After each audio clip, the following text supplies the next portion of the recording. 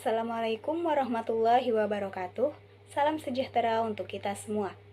Kami dari kelompok 1 kelas 05 Sake 001 Prodi S1 Akuntansi Fakultas Ekonomi dan Bisnis Universitas Pamulang izin mempresentasikan materi mengenai sistem informasi yang rentan terhadap kerusakan, kesalahan, dan penyalahgunaan.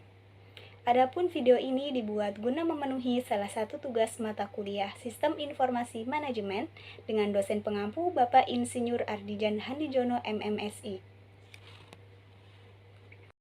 Pada kesempatan kali ini, agenda pembahasan yang akan dibahas yaitu yang pertama, kerentanan sistem informasi dan internet, yang kedua, tantangan keamanan kontemporer dan jaringan komputer, yang ketiga, ancaman pada sistem informasi, yang keempat, kerangka kerja untuk pengamanan dan pengendalian, dan yang terakhir, teknologi dan alat untuk melindungi sistem informasi.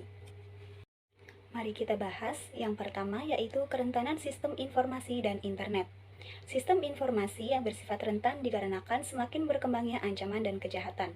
Apalagi saat ini sistem dari berbagai lokasi dan jaringan dapat saling terhubung dengan mudah, sehingga potensi dari akses yang tidak berwenang, penyalahgunaan, atau penipuan yang tidak terbatas mudah terjadi, tidak hanya pada satu titik saja, namun juga bisa terjadi pada titik-titik lainnya. Komputer yang selalu terhubung ke internet lebih terbuka untuk penetrasi oleh pihak luar, karena menggunakan alamat internet yang tetap, sehingga dapat dengan mudah diidentifikasi. Layanan telepon berbasis internet juga lebih rentan daripada jaringan suara, karena kebanyakan VoIP traffic melalui internet publik tidak dienkripsi, sehingga siapapun dengan jaringan dapat mendengarkan pada percakapan. Selanjutnya, tantangan keamanan kontemporer dan jaringan komputer. Dapat dilihat pada gambar tersebut, pada lingkungan komputasi multi-tier klien atau server, kerentanan ada di setiap lapisan dan dalam komunikasi antar lapisan. Local Area Network atau LAN dengan menggunakan standar 802.11 dapat dengan mudah ditembus oleh pihak luar dengan laptop, kartu wireless, antena eksternal, dan hacking software. Begitu pula Wi-Fi yang dirancang untuk memudahkan menemukan service set atau SSID yang disiarkan beberapa kali juga dapat dibobol dengan cukup mudah menggunakan program sniffer. Ancaman pada sistem informasi terdiri dari 6. Yang pertama, perangkat lunak berbahaya, hacker, kejahatan komputer, click fraud, ancaman global yaitu cyber terrorism dan cyber warfare. Dan yang terakhir yaitu ancaman internal para karyawan. Ancaman pada sistem informasi. Yang pertama, perangkat lunak berbahaya.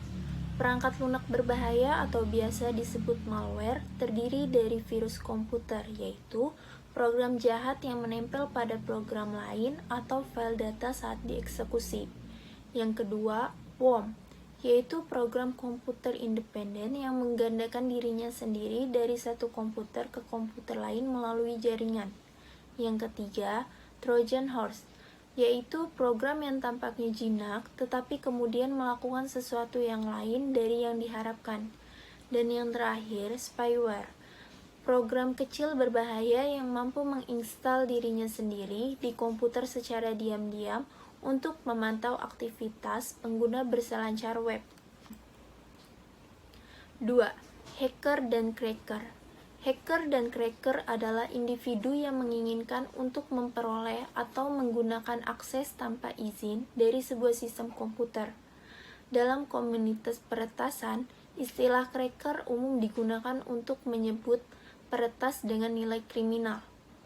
Hacker biasanya menutupi identitas asli mereka dan membuat tipuan atau menggambarkan salah diri mereka sendiri dengan menggunakan alamat surel palsu atau menyamar menjadi orang lain atau biasa disebut spoofing. Dalam serangan denial of service, hacker membanjiri server jaringan atau server web dengan ribuan komunikasi atau permintaan untuk layanan palsu untuk memacetkan jaringan. Lalu selanjutnya adalah ancaman pada sistem informasi. Kejahatan komputer. Kejahatan komputer adalah pelanggaran pidana yang melibatkan pengetahuan teknologi komputer yang sebagian besar merupakan kegiatan dari hacker. Kejahatan komputer juga meliputi pencurian identitas, kemudian menggunakan informasi tersebut untuk tujuan diperjualbelikan, lalu mengakses sistem komputer tanpa izin, menerobos kerahasiaan dari data yang terkomputerisasi dan terlindungi, sengaja membuat kerusakan pada komputer yang terlindungi, merencanakan penipuan, membajak kepemilikan, dan menahan komunikasi elektronik, dan sebagainya. Lalu yang selanjutnya adalah click fraud. Terjadi ketika program individu atau perusahaan secara curang membuat kita mengklik iklan online dan tanpa adanya niatan untuk mempelajari lebih jauh atau tertarik untuk membeli barang yang ada pada iklan tersebut. Click fraud terjadi pada situs-situs web yang memiliki fitur pemasaran online berupa iklan pay per click. Lalu yang kelima adalah ancaman global, yaitu cyber terrorism dan cyber warfare.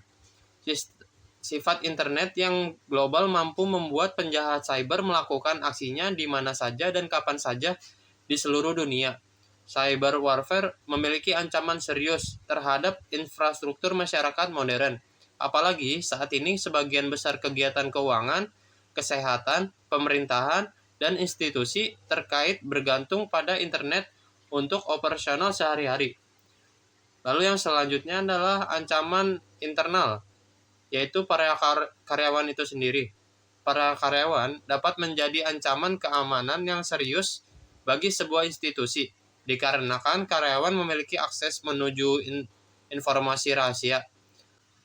Kerangka kerja untuk pengamanan dan pengendalian terdiri dari 3, yaitu yang pertama adalah sistem informasi kontrol, lalu yang kedua ada penilaian resiko, dan yang ketiga adalah kebijakan keamanan. Kerangka kerja untuk pengamanan dan pengendalian sistem informasi kontrol. Kontrol sistem informasi terdiri dari kontrol umum dan pengendalian aplikasi. Kontrol umum mengatur desain, keamanan, dan penggunaan program komputer dan keamanan file data secara umum keseluruhan infrastruktur teknologi informasi di organisasi. Kontrol aplikasi dapat diklasifikasikan sebagai 1. Kontrol input, memeriksa data untuk akurasi dan kelengkapan ketika mereka memasuki sistem. 2. Kontrol pengolahan, menetapkan data secara lengkap dan akurat selama memperbarui. 3. Kontrol output, memastikan hasil pemrosesan komputer secara akurat, lengkap, dan benar didistribusikan. Kerangka kerja untuk pengamanan dan pengendalian. Penilaian risiko. Sebuah penilaian risiko menentukan tingkat risiko ke perusahaan jika aktivitas spesifik atau proses tidak terkontrol dengan baik. Tidak semua risiko bisa diidentifikasi atau diukir, tetapi sebagian besar bisnis akan memperoleh beberapa pemahaman tentang risiko yang mereka hadapi. Kerangka kerja untuk pengamanan dan pengendalian berupa kebijakan keamanan. Sebuah keamanan kebijakan terdiri dari laporan peringkat risiko informasi, mengidentifikasi penerima tujuan, dan mengidentifikasi mekanisme untuk mencapai tujuan-tujuan tersebut.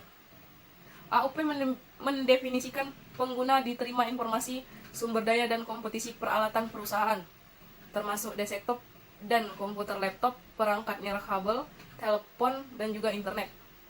Kebijakan harus menjelaskan kebijakan perusahaan mengenai privasi, tanggung jawab pengguna, dan pribadi pengguna sendiri, peralatan perusahaan, teknologi dan alat untuk melindungi sumber informasi berupa yang pertama yakni manajemen identitas dan autentikasi. Software manajemen identitas mengotomatiskan proses melacak semua pengguna dan menetapkan setiap pengguna identitas digital yang unik untuk mengakses setiap sistem. Teknologi autentikasi baru seperti token, smart card, dan biometrik autentikasi. Kedua yakni firewall. Firewall mencegah pengguna yang tidak sah mengakses jaringan pribadi. Firewall bertindak seperti gatekeeper yang meneliti mandat masing-masing pengguna sebelum akses diberikan ke jaringan firewall. Yang ketiga, sistem deteksi intrusi. Intrusi digunakan untuk melindungi lalu lintas jaringan yang mencurigakan dan mencoba untuk mengakses file dan data. Sistem ini menghasilkan alarm jika menemukan peristiwa yang mencurigakan. Yang keempat, yakni antivirus dan software anti-spyware. Perangkat lunak antivirus dirancang untuk memeriksa sistem komputer dan drive untuk kehadiran virus komputer. Produk antivirus yang tersedia untuk berbagai jenis perangkat mobile dan handheld selain server Washington. Yang kelima yakni Unilever The Management System, berupa manajemen keamanan yang komprehensif. Produk yang disebut System Unified The Management atau UTM. Produk UTM terdiri atau tersedia untuk semua ukuran jaringan. Cisco System dan Juniper Network menyediakan beberapa kemampuan UTM dalam peralatan mereka. Yang keenam, mengamankan jaringan wireless.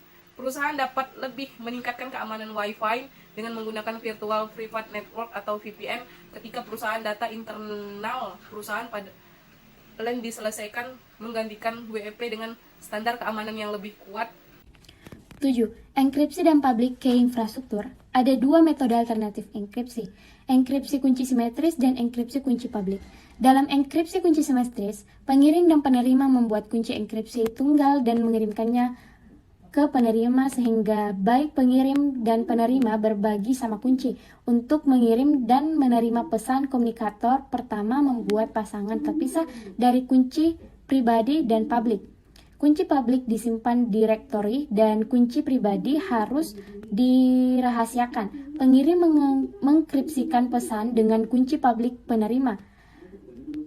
8. Memastikan sistem ketersediaan. Sebagai perusahaan semakin bergantung pada jaringan digital untuk pendapatan dan operasi, mereka perlu mengambil langkah-langkah tambahan untuk memastikan bahwa sistem dan aplikasi mereka selalu tersedia. Perusahaan seperti maskapai penerbangan dan jasa keuangan, industri dengan aplikasi kritis yang membutuhkan proses transaksi online secara tradisional, digunakan sistem komputer toleransi kegagalan selama bertahun-tahun untuk menjamin ketersediaan 100%. 9. Pengendalian jaringan lalu lintas. Deep Packet Inspection, sebuah teknologi yang disebut Deep Packet Inspection atau DPI, membantu memecahkan masalah DPI, memeriksa file data dan memilah prioritas materi terendah, materi online, sementara menetapkan prioritas yang lebih tinggi untuk file bisnis penting.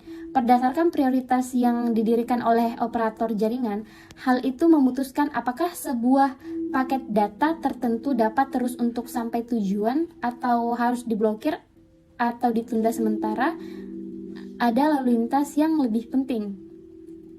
Security outsourcing. Banyak perusahaan, terutama usaha kecil, kekurangan sumber daya atau keahlian untuk menyediakan lingkungan high availability computing yang aman untuk mereka sendiri. Mereka dapat mencari sumber yang memiliki fungsi sebagai Managed Security Service Profit atau disebut dengan MSSPS yang memantau aktivitas jaringan dan melakukan kerentanan, pengujian, dan deteksi intrusi.